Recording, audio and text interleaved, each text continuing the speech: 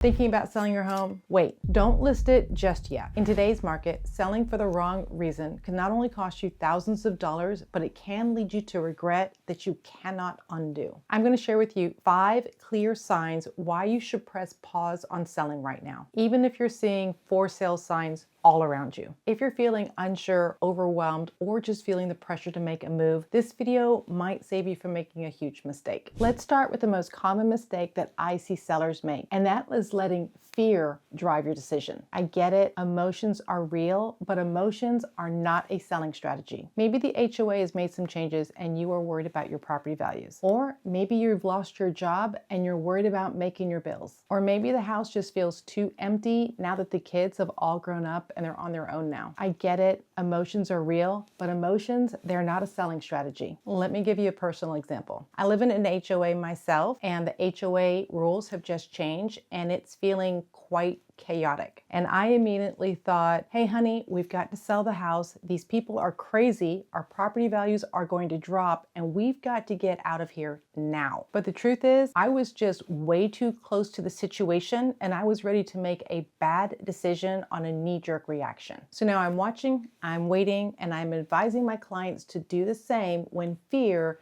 not facts, are calling the shots. Why? Because panic selling can lead to underpricing, rushed decisions, and missed opportunities. If you can comfortably afford the house, take a deep breath and get clear on the big picture. Now, let's talk about the attachment that runs deeper than walls and square footage. Sometimes a house just isn't a house. It's your childhood memories. It is your family dinner. Might even be the tree that you climbed when you were a child. Or if you're like me, it's the front porch that you sit on and drink your coffee every day with your loved one. Selling it isn't a transaction. It feels like you're losing a part of your life. Here's a personal story. My parents live in California on a 55-acre ranch, and it is stunning. They've got animals, they've got a lake, they've got mountain views. It is absolutely to die for. And we would love for them to move to Florida so that they can be closer to us now that they're getting older and they're having some health issues. And so we've asked them to move, but they cannot dream of giving up this home that they have been in for the last 30 years. They just can't do it. And you know what? I don't blame them. If the only reason that you are thinking of selling is because outside voices are saying, it's time to sell, and you've got pressure from family members and loved ones that are like, you need to do this, but in your heart it is screaming, no, not yet, then just hit the pause button. That emotional push and pull, it matters. But here is what I see happening. Sellers who do this, they rush the process and then immediately after closing, they regret it. They walk through their new house and instead of feeling excited, they feel grief. They second guess the sale and then they spend months emotionally spinning their wheels. And when you're already stressed, grieving, and forced to make a decision, this is not the best time to make one of the biggest financial decisions of your life. So be honest with yourself. Are you really ready? Or are you just acting to what somebody else wants or what you think they want you to do? If it's not the time, don't sell. It's really as simple as that. Okay, now let's get practical. Reason number 3 for not selling right now is you don't know where you're going next. This happens more than you think. A seller will call me up and they'll say, hey Tammy, I'm ready to sell my house. Can you help me find an agent in Gainesville, Florida that I'm moving to? And I say, you know what? That is great. Have you been there? And they say, no. I'm like, do you know anything about the neighborhood? Do you know anything about the cost of living? And they say, no, but it looks pretty online. 9 times out of 10, they have no idea where they're going. They haven't checked out the property taxes, the school zones, the commutes. They haven't lined up any job. And again, 9 times out of 10, they haven't even visited the area. Here's what I tell every seller in that position. Don't sell your house unless you know where you're going to go. This is not HGTV. This is real life. And the limbo between selling your house and scrambling to find your next one, that is going to be filled with stress, extra costs, and making decisions that are not going to be in your financial best interest. Listen, you wouldn't sell your car today if you did not know how you're going to get to work tomorrow. So why would you sell your house without a roadmap of what's going to happen next? Here's my advice. Take a trip to the city that you were thinking about moving to. Try to plan it so that you're there part of the week and a little bit of the weekend so you can see what the traffic patterns are really like. While you're there, interview a couple agents. Get their take on what the lifestyles are, the places to live, and the cost of living. Be sure sure to check out the job market, the traffic patterns, the healthcare options, and yes, even the grocery stores. And most important, test your budget. See what your budget is going to allow you to buy in that city and see if you're happy with that. Once we know what it is you want and how much it's going to cost, then we can start your timeline on pricing and strategy. Because without a plan, you're not selling,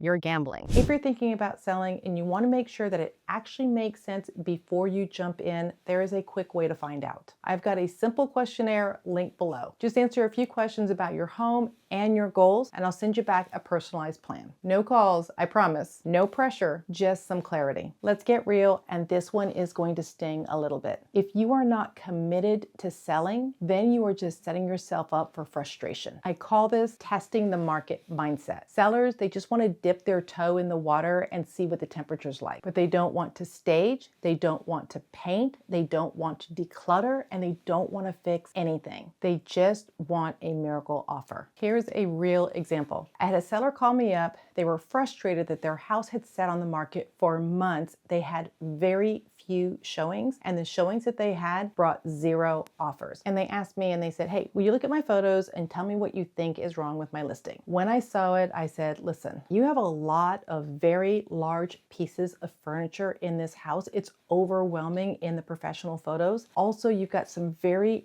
bold colors that just really take up the room. I also recommended that they paint the walls because every room was a different color of the rainbow. Now, it was a beautiful house, but this house isn't going to appeal to all buyers. And they said, no, I don't want to do that. I don't want to do anything to this house. The buyer can take it exactly like it is, and they called it turnkey ready. I said, no one is going to pay you top dollar to haul away all the stuff that you do not want to get rid of. Buyers want what they consider to be a move-in ready home, something they don't need to make any major repairs to. They can just pull up the moving van and they can just start unpacking and then be in their own bed by that evening. Here's the truth. Selling a home is a project. You don't have to go through major remodeling, but you do need to prepare. That means cleaning, neutralizing the room, probably some pressure wash, maybe a little bit of paint, decluttering, fixing those little things around the house,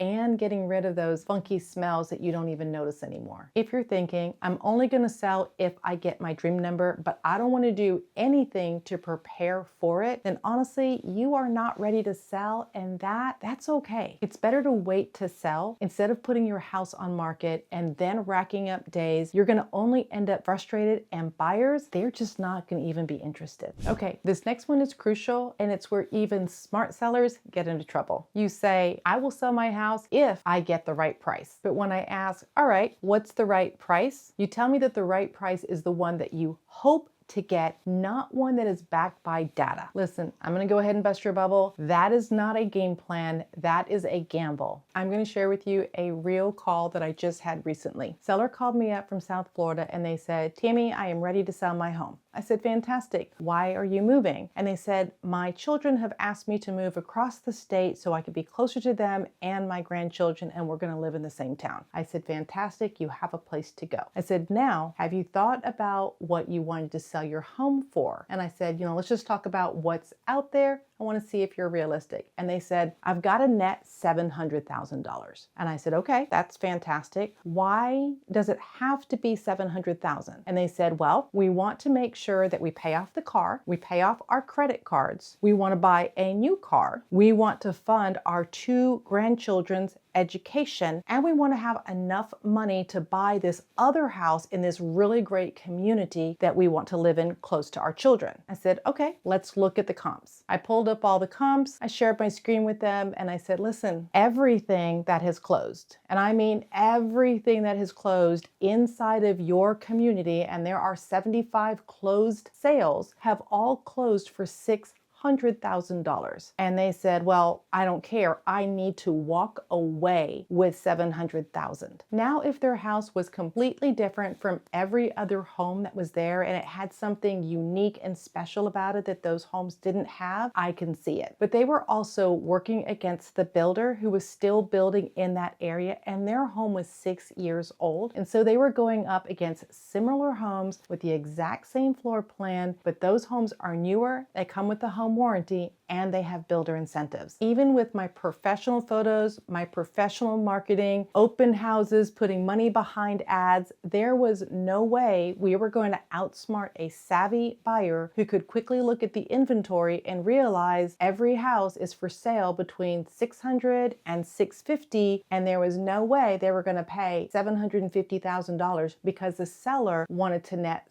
$700,000 to have the lifestyle that they wanted to have going into the next home. And here is what no one wants to hear. If the market doesn't support the number that you want to get, the market isn't going to adjust to your number. It's just going to move on. So if you're saying, well, I want to sell, but only if I get $500,000, or if you're saying, well, I will only sell if the buyer is going to pay off my mortgage, they're going to pay off my car, they're going to give me $100,000 cushion, and oh, let's throw in a trip to Bora Bora while we're at it. The best thing to do is probably just wait. All of this is okay as long as you know the truth up front. Here's what I recommend to every seller. Ask your agent for a seller net sheet up front. Understand what you will walk away with after commissions, closing costs, and taxes. Know your mortgage balance and don't guess, calculate. If the math works, amazing, let's sell. If the math doesn't work, that's okay. It is much better to wait than wasting months or years of your life chasing an unrealistic price. All right, we've covered the 5 solid reasons why sellers might want to wait on selling their home right now. But let's be clear, not every seller needs to wait. For many people, selling is a smart move, and sometimes it's absolutely necessary. So let's flip the script for a minute and let's talk about when it does makes sense to sell. This one is real and it's actually more common than you think. If you're struggling to make ends meet, if your mortgage has gone up because your property taxes have gone up and your insurance has gone up and you can no longer afford to pay your bills, then selling might not only make sense, it probably could bring you a big sigh of relief. Here's what I mean. Maybe your mortgage interest rate just adjusted and your payments went up. Maybe the property taxes just adjusted and they went up. And we all know that insurance absolutely that has gone up. Now your escrow gets recalculated and suddenly your new monthly payment is $500 higher than it was last month. For many people, that's not an issue. For a lot of people, it's devastating. Or maybe you're paying for a house that's maybe just too much for you right now because your income situation has changed. That could be because of a layoff, a family medical bill, or possibly divorce or separation. In these cases, holding onto the house can become a financial burden. I worked with many homeowners who waited way too long. By the time that they got a hold of me, they were behind on their payment. They had maxed out their credit cards just trying to float the bills. And when we talked, they had actually run out of all their options. But when we talk early, we can put together a plan. One where we price the home right, where we can maximize your net proceeds and get you into something that fits you right now without having you drown in stress. Real story. I had a friend that came into some money and they had enough to be able to afford a down payment on a house. And they were excited because they had rented forever and they thought, you know what, buying is the thing to do. So they bought a house, they moved in, and whenever we talked, I was like, hey, how's it going? And they said, every weekend I am always taking care of the yard and I'm always getting rid of the leaves in the yard. And so this went on for a few months, and every weekend that we talked, they said, I'm taking care of the leaves in the yard again. I can't stand taking care of the leaves. And then they added, I don't have very much money left over to go do anything fun. I can't go on vacation because I'm basically house poor. And I said, why don't you just sell the house and then move into something smaller where the HOA will take care of all the exterior and you never have to take care of the outside again. And they said to me, Tammy, I don't think I have enough equity in the house to do that. And I said, well, why don't we take a look and let's find out. And they did. They did have enough equity in the house and we were able to get that house sold. They never take care of the exterior and we got them into a great smaller 2-bedroom, 2-bath condo. And now they are going out of town every weekend on some really great vacations. Selling isn't always about cashing in. Sometimes it's just about cutting the cord on a situation that no longer serves you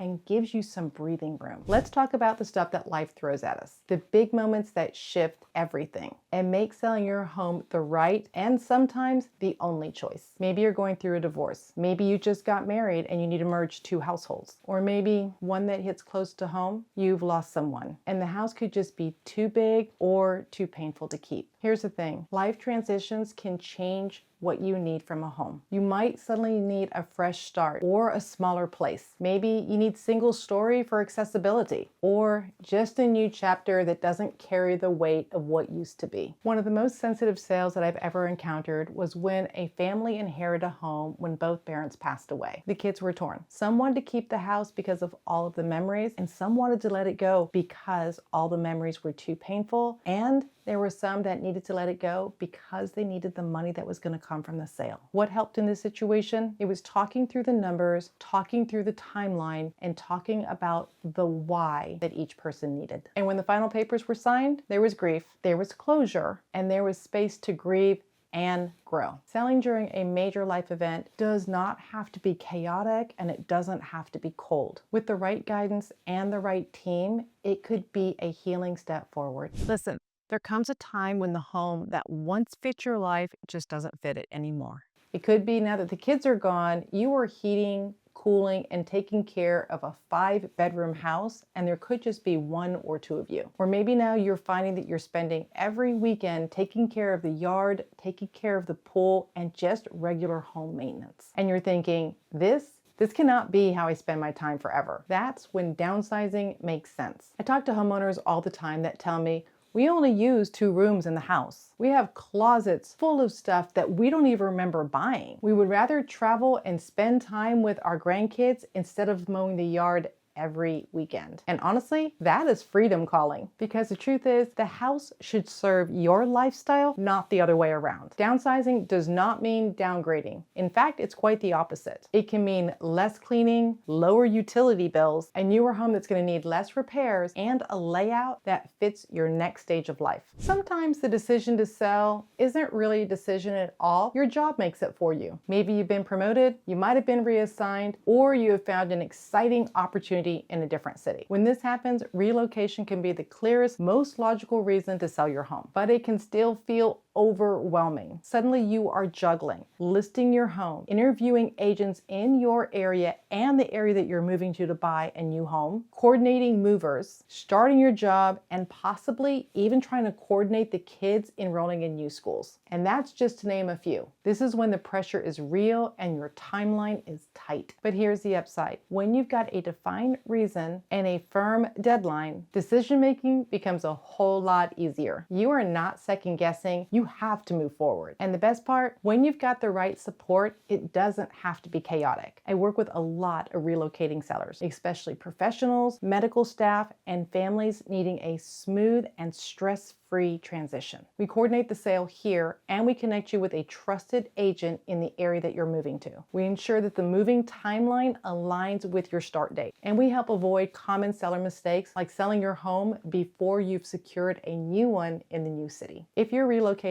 you are not just selling a home, you are stepping into a new chapter of your life. And trust me, that deserves a clear plan, not chaos. Now, sometimes the decision to sell isn't about your current situation at all. It's about the house you inherited. Maybe a parent, grandparent, or a close relative passed away and left you the property. And now, on top of everything that you were juggling for emotionally, you're now responsible for a home that you weren't planning for. Listen, that's a lot to carry. And I want you to know that selling an inherited home, it's okay. And often it's the most practical, responsible, and financially sound decision that you can make. Because let's face it, you might not live nearby. You still have to go to work. And you can have siblings or other family members that are involved that don't agree with the decision to keep it. And while you're trying to figure all of this out, the cost to maintain the property, that adds up really fast. And who's going to take care of that? Right now, I can 100% speak to this situation. We have recently inherited a house. My husband's father passed away, and it has been very emotional to go through the house and clean it out. While we're doing that, we are also racking up bills because the house still has to be maintained. Electricity needs to be on. The yard still needs to be mowed. The house is 40 minutes away, which doesn't sound like a whole lot, but when you're both working and you both have children and you have pets and responsibilities, that 40 minutes each way plus the amount of time that you need to be there, it adds up very fast. And we were torn with, do we keep the house? Because that was the family home, and of course we should keep it because it's got all of these memories. But at the same time, those memories were very painful and they were hard to be in that house with all of those amazing memories. So it's been about 8 months now, and the emotions are starting to settle down, and we looked at it and we made a sound decision and said, we're never going to move into that house. We can't live 40 minutes away from work with all the other obligations that we have, so we know that's not going to happen. We looked at renting it out, but again, trying to take care of a home that is 40 minutes away for property management just didn't make good sense. So then we were with, all right, do we sell it? And we thought, okay, we are getting to the stage that we can sell it. My husband went through all the range of emotions, everything from